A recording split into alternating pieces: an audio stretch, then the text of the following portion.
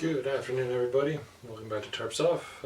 So this is the review for the November 20th NHL Games. So we're going to start off with the Kings and the Coyotes. In the first period, Trevor Moore scores at 3:36 from Philip Deneau shorthanded. Anze Kopitar would score at 8:20 from Quinton Byfield. Second period, Trevor Moore scores unassisted. So his second goal of the game. At 15:31 of the second, Lawson Cross would then score for the Coyotes at 18:55 from Bukestad and Michelli. And then Philip Deneau would score from Laferriere and Matt Wardroy, I'm honestly not sure, at 16:15. The Kings did that one 4-1. Right, so Colorado and Nashville. This one was a close one. The first period, Andrew Clogiano scores from Nichushkin and Makar shorthanded at 14 minutes into the first. Forsberg would then answer for the Predators in 19:42 from Cody Glass and Tomasino, so tied going into the second. Jeremy Lauzon would give the Predators the lead at 3:56 from Gustav Nyquist and Ryan O'Reilly. Devon Taves would then tie it up at 8:55 of the second from McKinnon and Makar. Nichushkin would score from Makar and McKinnon on the power play at 13:33 of the second. And then Forsberg would score at 19:22 of the third from Nyquist and Sissons. And then Yakov Trenin would score at 19:38 from Cole Smith to give the Predators the lead and the win. They would take that one 4-3, which bodes well for the Canucks because they're going to Denver tomorrow. Anyways, moving on to the Rangers and the Stars. So in the first period, the Rangers opened up the scoring. Vinny Trocheck scoring at 16:25 from Crowder and Gustafsson on the power play. Second period, at 13:38, Kakko scores from Bonino and Trouba. Jamie Benn with an answer for the Stars at 14:23 from Pavelski and Hintz to put them within one.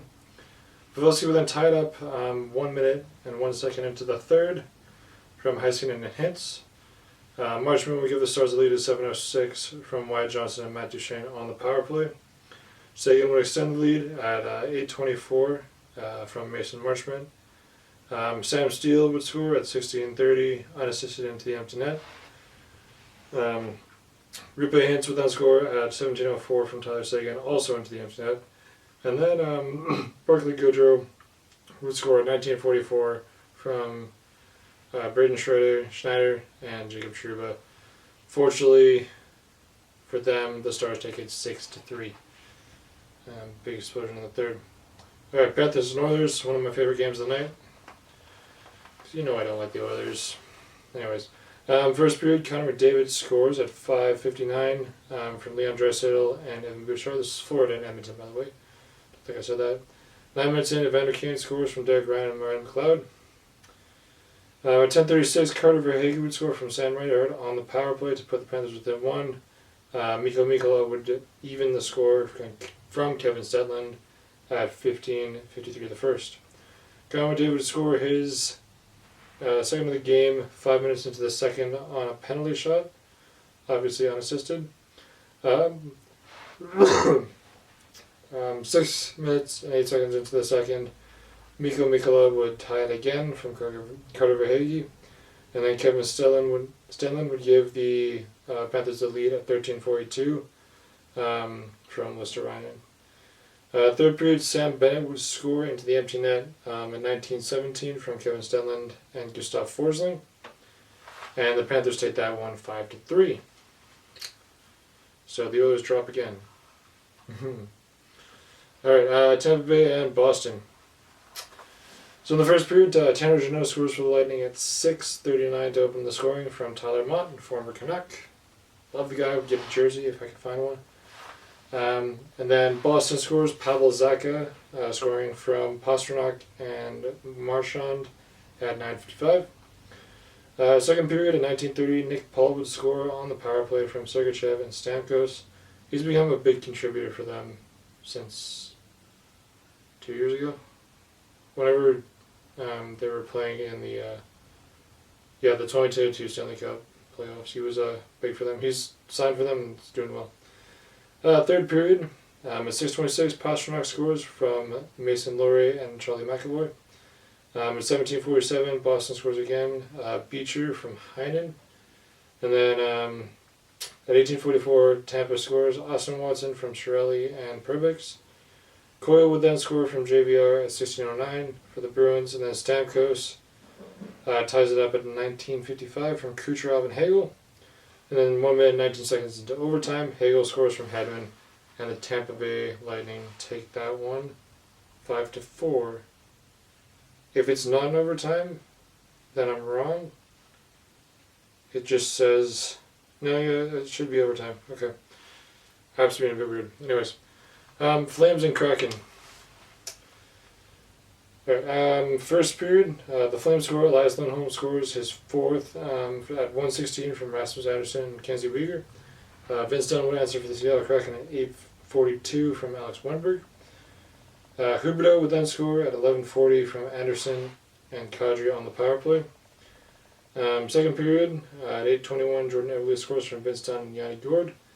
Jared McCann will then score at 10:25. He's a former Canuck. From Adam Larson.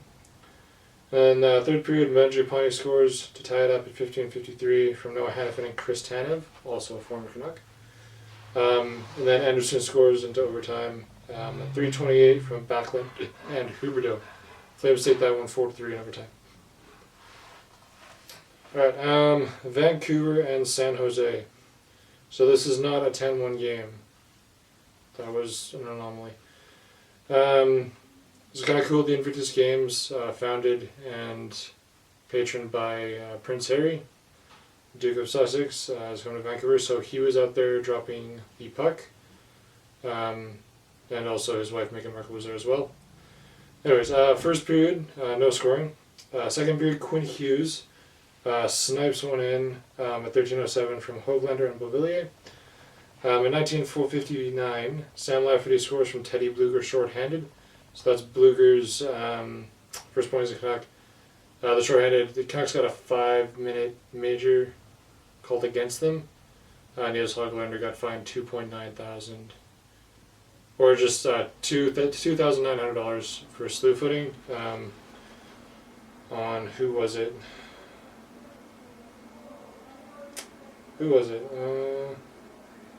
Whatever, we'll just move past it. Anyways, yeah, they were on a 5-minute penalty for that one, but Lafferty gives the Canuck the go-ahead goal for that one. Third period, still on the power play for the San Jose Sharks. At 48 seconds in, Thomas Hertl scores from Kalen Addison and Michael Granlund on the power play. And then JT Miller scores from Besser and Hughes at 7:10 into the third. Canucks take it 3-1. Quinn Hughes has scored 30 points in under 20 games. I think he's like the third. I'm not sure if Albin Kiddis is a defenseman. He might be. I don't know. Anyways, yeah, he's like either the third or the second defenseman to actually do that in NHL history, I believe.